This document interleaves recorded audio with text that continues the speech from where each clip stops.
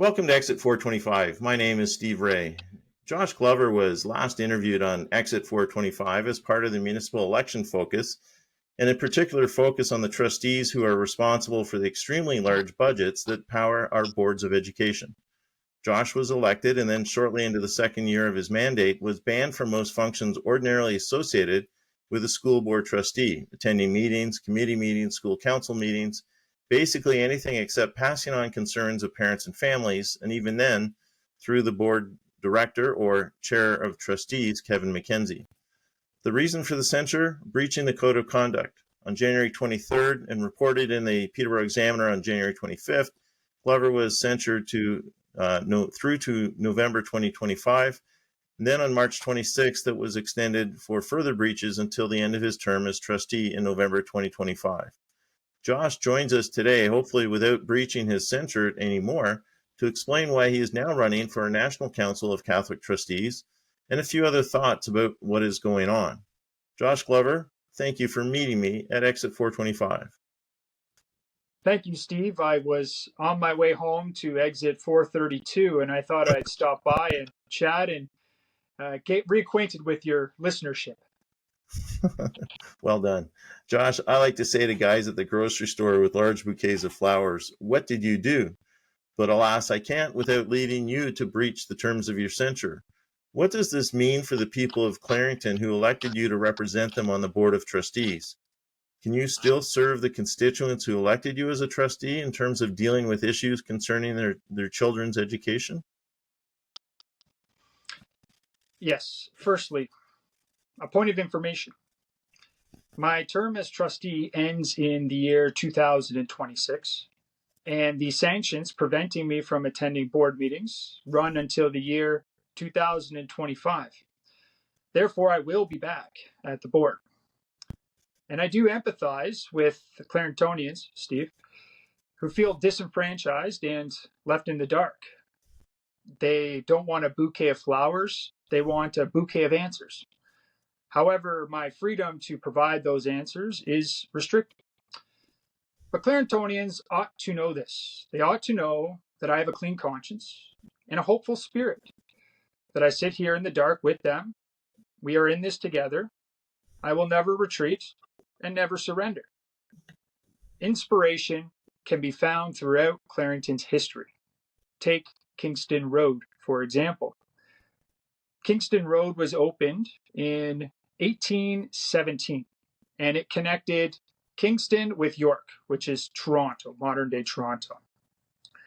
When this road opened, everybody was excited because the old road, the Danforth, was dilapidated, unusable, impassable in many places. So when this new road opened, everybody was excited. And then they started using the road. And when they started using the road, they had some complaints. It was extremely uncomfortable and also impassable at certain parts. They had no reason opening. They should not have opened the road in 1817. That's what everybody says. But anyways, the point is that at that time, to get from Cobourg to Toronto, it would take 3 days. Today, it would take 3 hours. Now, just a little side note here. Bowmanville historians will know that the Glover name is linked to the early days of Kingston Road. Through who? William Glover Sr. William Glover Sr. navigated Kingston Road via stagecoach, and then he eventually got the contract to become Bowmanville's very first mailman with the Grand Trunk Railroad. Interesting fact. So I use this as an example to show that I knew this road was going to be fraught with challenges. I knew that every now and then I'd have to get off my horse and find a different way around. That's the Canadian way, Steve. We're still on the path despite there being no path at all. We're at home in the wilderness.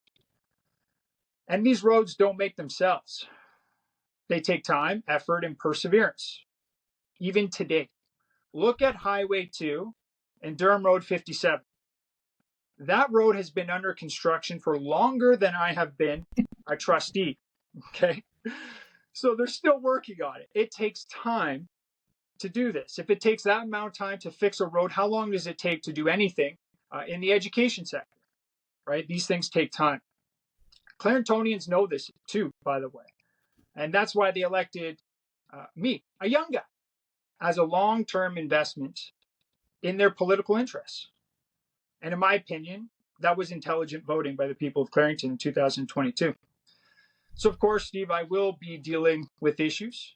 That is what I'm here to do. So you're still a functioning PVNCCDSB, longest name in education, I think, trustee, but you must, according to the terms of the censure, perform your duties in a different way. You have to get off your horse and walk sometimes, and without attending meetings really of any kind. How is that going? In Clarington, I get the sense that all levels of government are searching for dynamic ways of reaching their constituents.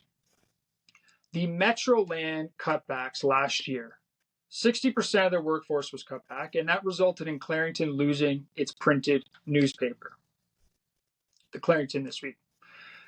I think the void left by Metroland is creating a vacuum of accountability and transparency on all levels of government. Using my circumstance as an example, it was a Peterborough newspaper that covered this story, and I was never contacted by any media outlet based here in Clarington. Quite frankly, I am concerned because traditionally, Claringtonians know their neighbor and they know who it is that's representing them. I want to improve as an elected official, but how can I improve if there is no mechanism asking me for a rationale, an explanation, or a justification for the decisions that I make? Overall, I think there's a tremendous opportunity, a noble opportunity for someone in Clarington to fill this void. Clarington News brought to you by Clarington citizens. Now, mind you, the Facebook community is doing a great job, but I still believe in the power of the printed word. Now, to answer your question directly, I've been performing my duties differently ever since I got elected. You can just ask the parents, the staff, or even the students. I toured over 27 schools last year. Every school here in Clarington. I attended parent council meetings weekly. I never missed a board meeting. It doesn't appear as though I can engage with the community in that way anymore. But this is the 21st century, and the only limit to community engagement is one's effort and one's imagination. I've been working on a contingency plan ever since last year, and I look forward to overcoming these challenges and engaging with the community in new, dynamic ways. You have been nominated and are vying for the position of representative for the CCSTA, the Canadian Catholic School Trustee Association. How did that happen? And what is that, and how are you able to run for that if you are sanctioned by your colleagues in your home board here? A point of clarification here. I was nominated for a position on the OCSTA, the Ontario Catholic School Trustees Association. Okay. And the position is to represent this organization, represent Ontario on a national level, Canada, right? So as a whole, I'm honored, absolutely honored to be nominated by two trustees of whom I deeply admire and profoundly respect. Maria Rizzo and Gary Tanwan, long-standing trustees in Canada's largest Catholic school board, the Toronto Catholic District School Board. It's an absolute honor to be nominated by those great trustees. Last week, I submitted my application. It was approved, and the vote will be held on May 3rd. There are 237 trustees in Ontario, and they will have an opportunity to view my platform, compare it with the other candidates, and decide what's best for the OCSTA moving forward. Michael Scott from the office, He once Yes. quoted, great show. Michael Scott once quoted Wayne Gretzky, and he said, "You miss 100% of the shots you don't take." This is a shot that I'm taking, and I'm aiming for the 5-hole. Gotcha. Okay. Is it possible to get any support from your PVNCCDSB colleagues, or is that just misplaced optimism? Every trustee in Ontario is going to receive my platform. It's an innovative platform. My fellow trustees can decide for themselves. I won't know. I won't know. Of course, yeah. Why is this position with the OCSTA something that appeals to you? Well, I love Canada. It's an absolute honor to be considered at a national level. And I would not pursue any endeavor if I did not think it was a good fit for me, for my constituents, and for the organization of which I'm a part of. I think this position is an ideal place for mentorship to further my understanding of how these two important organizations function. The CCSTA was created in 1960, and we can track their progress since that time. The OCSTA was created in 1930, and we can track all of the progress that has been achieved in that time. And I believe these organizations at this point in time ought to put younger members, such as myself, in a position to grow and to develop. From an organizational point of view, I think it's reasonable succession planning. And for the organization's members, it's important for them to hear a different tune every once in a while. It's safe to say one of the reasons you ran to become a trustee was to advance the cause of Catholic education and to support it and protect it. How would a role with the OC and CCSTA help you with that effort? Indeed, it's a well-known fact that no two organizations have done more for the cause of Catholic education than the OCSTA and the CCSTA. I've never missed an OCSTA or CCSTA event, and at these events, trustees from all over the country, all over the province for the OCSTA get together, bring forth ideas, share ideas, solutions, information, and all of these ideas and solutions provide me with great perspective and knowledge and contribute to my growth. The OCSTA is composed of the leaders of Catholic education in this province. And some of these people have been trustees for 20 to 30 years. And before that, they may have been board administrators. It's an incredible group of people, the unsung heroes of Catholic education. So when I go there, I ask questions, I listen, I provide, and I provide this information to my constituents right after the fact. This is an attempt for me to further my growth as a trustee, as a human being, and as a Catholic. So someone who is cynical might look at this and see it as an attempt to redeem yourself or short sheet the decision by your colleagues on the PVNCCDSB. What would you say to that kind of remark? Well, it's entirely up for anybody to perceive anything in the way of which they choose to perceive it. This is an opportunity for Clarington to have one of their representatives on a national level. I'm up against candidates from big boards, and this is what you do in a democracy. You look at opportunities and you gauge whether you can take it on or not. This is something I think I can take on. So why not? It's a free country. Absolutely. Can you do anything to shorten the length of the censure by your local colleagues, in your understanding? My understanding is seen through the Education Act, Section 218.3 of the Education Act, which outlines the procedure. My understanding is that a trustee has 14 days to provide a letter appealing the sanctions, and the board has 14 days to respond.